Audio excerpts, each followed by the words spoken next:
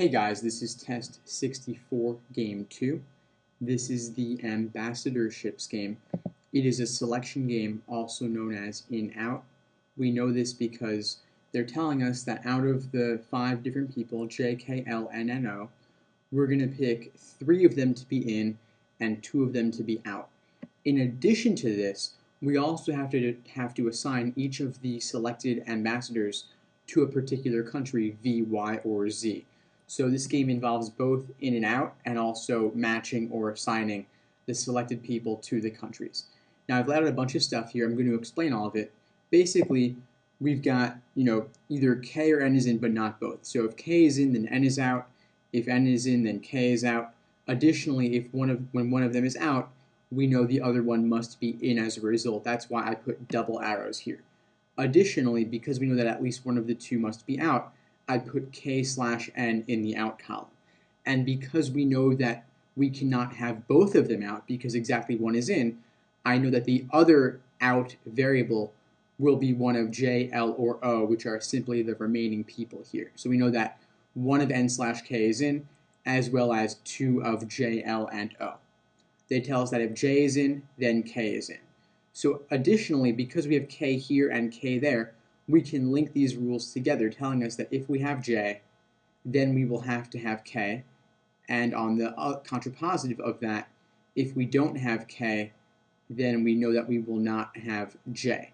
Now, N is requiring then K out and J out, and we know that we have to have exactly 3 things in. So if N is in and we're losing those 2 guys, then N is thereby requiring both L and O to be in as a result. So similarly, we can say that if either O or L is out, then we know that N will have to be out as well. That's just the contrapositive of what we inferred.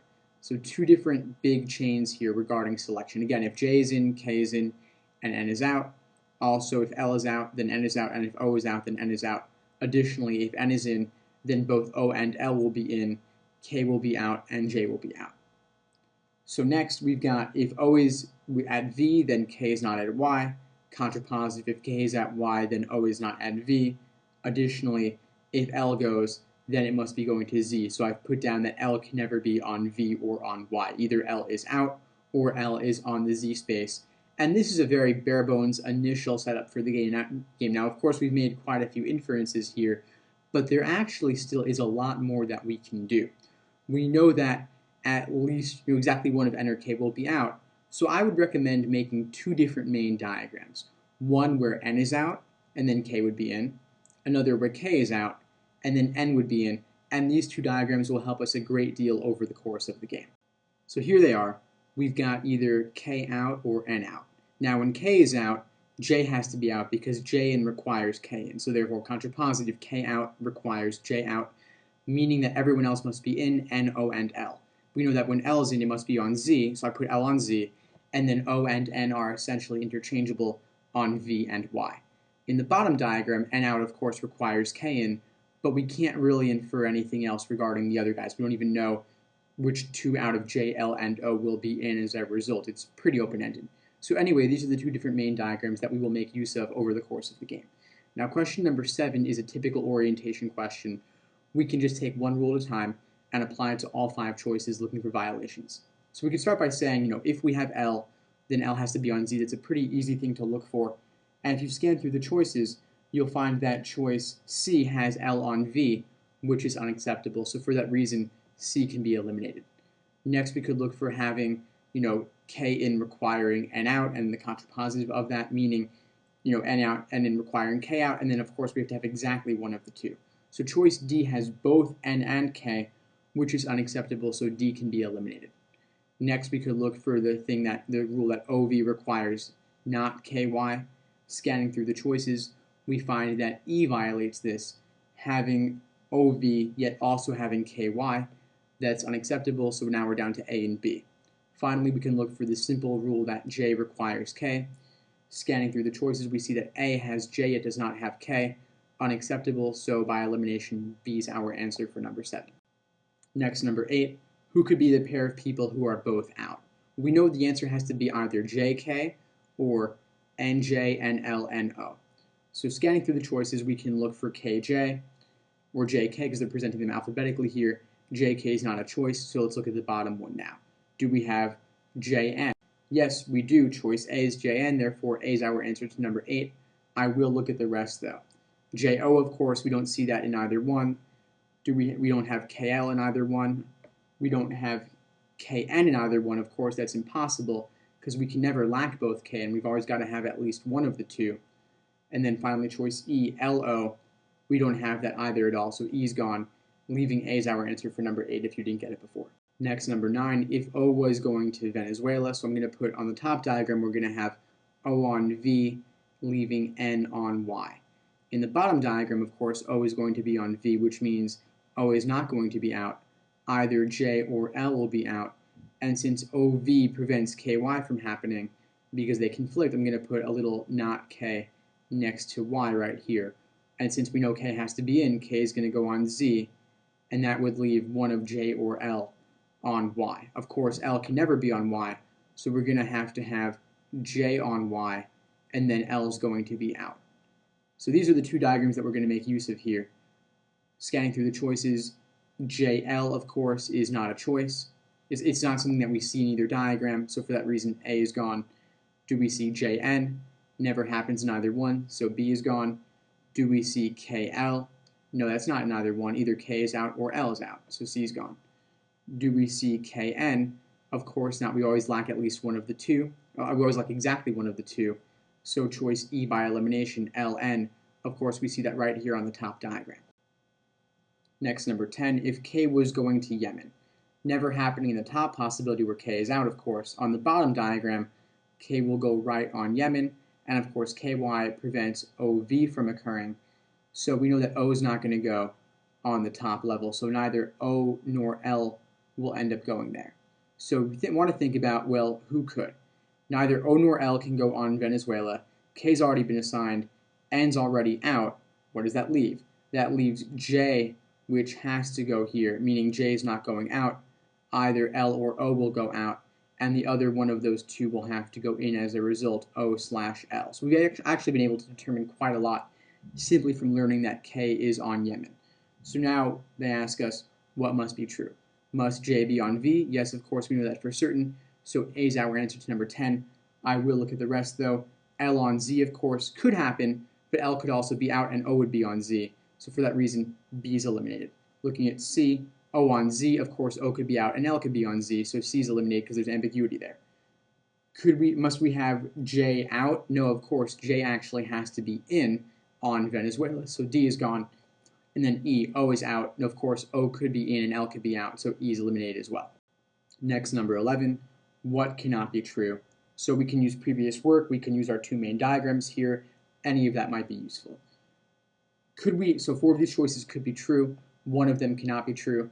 Find the 4 that could be true, eliminate them, and whatever remains will be your answer. So could we ever have J on Z? Well, have we ever seen that happen before? Scanning through previous work, never seen it occur, doesn't mean that it's not possible necessarily. We can skip that one, come back to it. Could we ever have K on Z? Looking back at previous work, just back in number 9, we could have had O on Venezuela, J on Yemen, and K on Zambia. So for that reason, of course, it is possible to have K on Zambia, and for that reason, B is eliminated.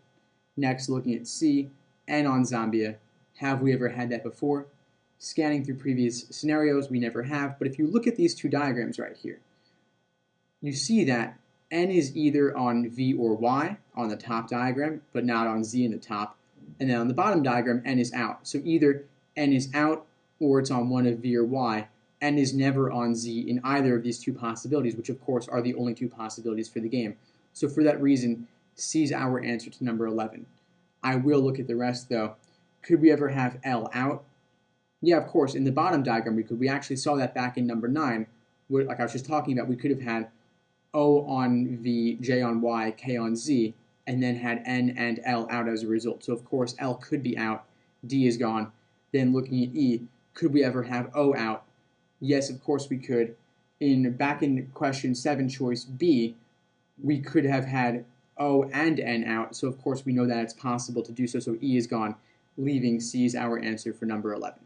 Finally, number 12, this is a rule substitution question. So they're asking us, for the rule that J requires K, what choice, if substituted for that rule, would have had an equivalent effect in determining the layout of the game, basically meaning no change at all. So the new proposed answer choice that's correct cannot be more limiting than the original, and also cannot be less limiting than the original. So it has to have an equal effect. It has to change nothing.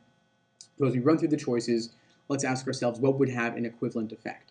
So looking at choice A, K requires J. So we already knew that J required K. They're saying, what if instead of that we had that K required J? Now this should raise your suspicions as not being a good substitute right away, because this is a logical reversal of the original rule. And we know that logical reversals are not equivalent to original conditional statements. Contrapositives are. So if we were to get rid of the J arrow K on both of these two things right here, J to K and then not K to not J, if we reverse the direction of that arrow, would that be equal? And of course it would not. Right now we know that J in leads to N out. To reverse that would be saying that N out leads to J in. So that's, instead of saying that J and N conflict, it would say that we have to have at least one of N or J at all times, meaning that for the bottom diagram, if N was out, as it is there, we would have to cross off J right here and tell ourselves that J has to be in. But we know that N out does not require J in. That was not an original condition. We simply knew that N out required K in. So not equivalent. For that reason, A is not the answer to number 12. Next, choice B. If L and O are both in, then so is N. So L plus O in, L plus O, both of those being in, leads to N being in. That's what they're suggesting here. Now, is that equivalent to the previous state of affairs? Well, if under the original rules, we could make a scenario in which L and O were both in, yet N was not in, that would disprove the validity of choice B. So let's try to do that. We could have L and O both be in. Of course, if L is in, that means it's on Z, because L has to be on Z if it's to be in. So therefore, L would not be out. One of J or O would be out. And of course, we're putting O in as well. So I could put O on Y and K on V. Of course, I cannot do it the other way around, because OV and KY are mutually exclusive due to this rule right here. So does this scenario work? Let's check through the choices. We know that J requires K, but we're not dealing with that right now. We're not violating the OV-KY thing. We have L on Z, so that's good. And we have exactly one of N or K. So this actually checks out fully, does not pose any kind of problem. Therefore, the new rule of B would be more restricting than the original. So for that reason, B is also not equivalent to the original rule of J requires K. Next, choice C. If O is not in, then K must be in. So not O requires K. Does that have to be the case? Now, of course, does that have to be the case under the original state of affairs? Well, we know that it is true that if you lack O, you have to have K, just by looking at these two diagrams right here. Of course, the contrapositive of that would be if K is out, then O is in. Now, when K is out here, O does have to be in, and if O were out here, then of course K would have to be in. So this is true, but is this establishing a J arrow K relationship? So right here we see that O out. I'm just going to add on that K is in as a result. And on the bottom diagram, if K is out, then O does have to be in. But if I get rid of the JK thing right here, because that's what we're trying to substitute, this is not establishing any kind of JK relationship. So for that reason, it is not limiting enough. It is too open-ended. So for that reason, C can be eliminated as well. Next, looking at D, J and N are never both in. Must that be the case? Well, yes. In the top diagram, J is out, N is in. So of course we're not having both of them. In the bottom diagram, we could never have both of them in because N is out. So yes, D does have to be true. And if we look at this right here on the top left, we do see that J in leads to N out and N in leads to J out. And if they had not told us that J requires K for a moment, we could tell ourselves that it does have to be true because K to not N and N to not K. If we want to establish that J and N are not both in, we would say that n in requires j out and j in requires n out. And because of the double arrow between k and not n and n and not k, it would circuitously lead to the same result. So for that reason, D is equivalent and is our answer to number 12. I will look at choice E though, N and O not both in. So could we ever have both N and O? Of course we can in the top diagram. It is possible to have both N and in, O and N in. In fact, we have to on the top diagram. So for that reason, E is more limiting than the original and can be eliminated.